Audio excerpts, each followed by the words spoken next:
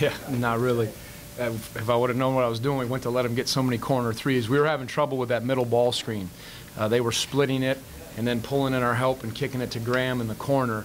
And we tried to talk about not getting split, and then we made an adjustment, and Evan and Anthony did a good job with that. That helped. And I think London's difficult shot at the end of the shot clock, 4-point game, that was big, and I think Evan followed up with a 3 quickly after. Those were big plays, and then we settled our problem, or we got better defensively. So that thing could have turned either way, and that was a huge momentum boost for us to get up 6, get a stop, come down, and get another good look.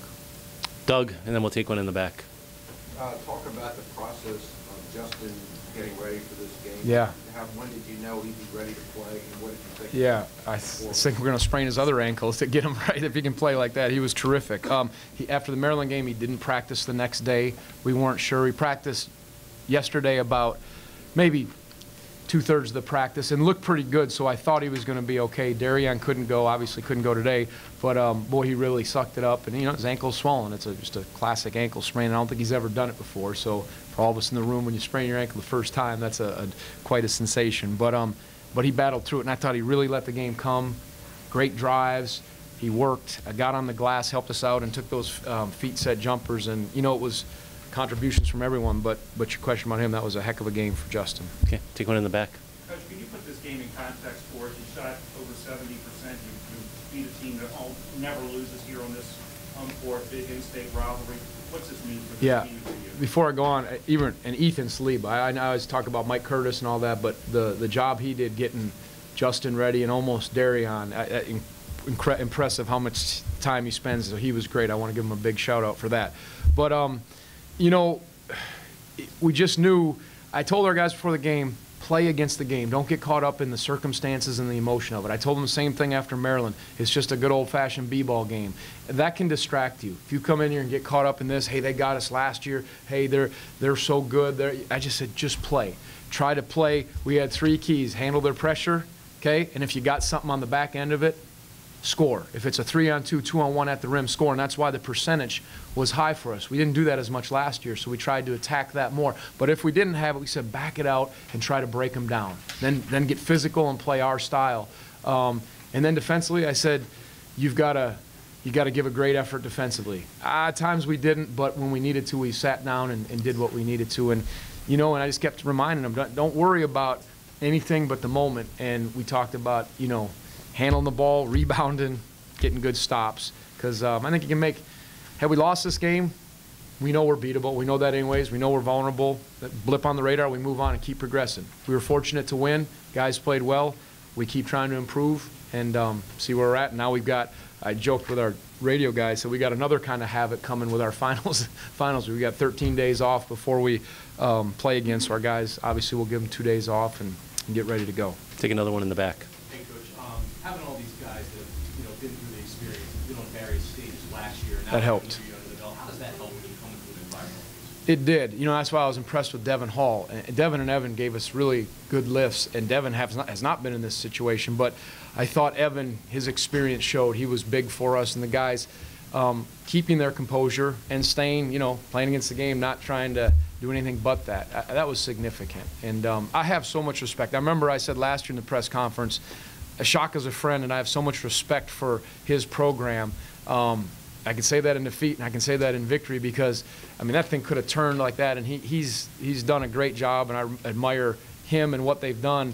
And it's just 2 programs trying to get as good as you can, and it's a fine line. So we were fortunate to come out of that, but you need experience. And I think that experience showed for us down the stretch. Okay, Mark. You mentioned Evan, the job he did defensively. Yep. And just talk about switching. You went to a smaller lineup. Yep. It seemed both halves when you kind of went on your surge. But yeah. How important was his role guarding Graham? Well, it was a hard matchup for Mike, and that's why I was concerned when Darian couldn't play because he's athletic enough and quick enough to either switch or really blow up screens.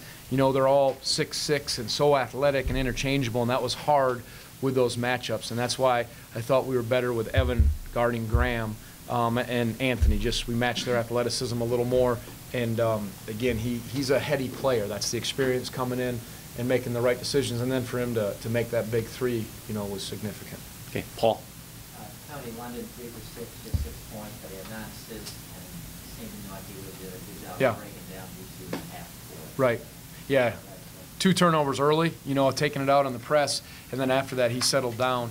You have to do that because both teams were playing so hard, and someone was going to break a little bit. And if we get in a frenzied pace all up and down all the time, we can't. But we're used to, all right, make them pay if we have a chance. But then in the half court, that's where we're strong and that's where we're conditioned. And I thought London did it right. Same thing against Maryland. He did the same thing.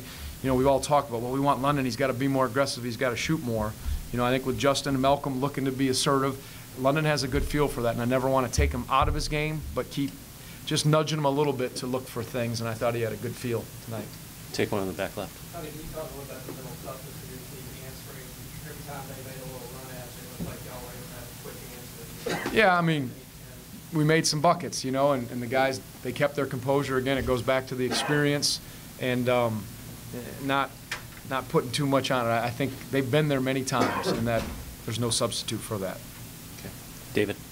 Tony, as fast as they want to play and can make you play, this was still just a 60-possession game, which is right in your wheelhouse.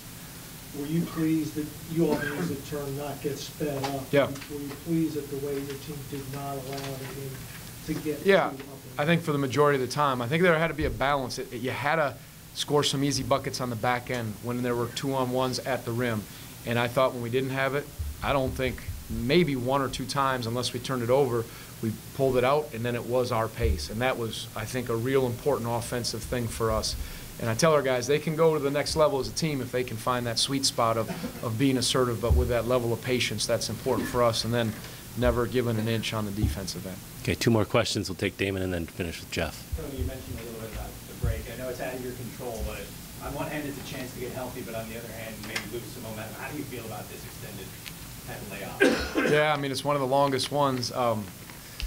Not much I can do. I love what UVA stands for. Like I've always said, that it's an elite academic institution. It's the longer break, but we got a chance to compete at the highest level, and that's part of it. I guess you need that long, so our guys just have to be ready. And I know that we've played 9 games in a short amount of time, so we'll have to find a way to keep improving. And they got a lot of studies to do. I know that.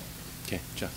Tony, at JPJ last year, Anthony got in foul trouble. He didn't score. Tonight, obviously, he was the presence around the basket. When you do break the press, how pivotal is it to have a guy like him who can finish the way? Yeah, and he had great hands. He caught a bunch of them. Yeah, Malcolm was rusty last year, and Anthony, was off of the red shirt. I thought we were more assertive or aggressive at the back end of the press this year. We did it in the second half against VCU last year, but if you can get some of those, that's everything for us. And again, defensively, they're so good at speeding you up. You can't take away everything, just like we can't speed people up and force them into turnovers. And so, we had to use their pressure at times against them and try to do that right. And those were the times that, on the back end, Anthony caught and finished. Mike did a good job in there. And I thought that was significant, but Anthony had a heck of a game, too.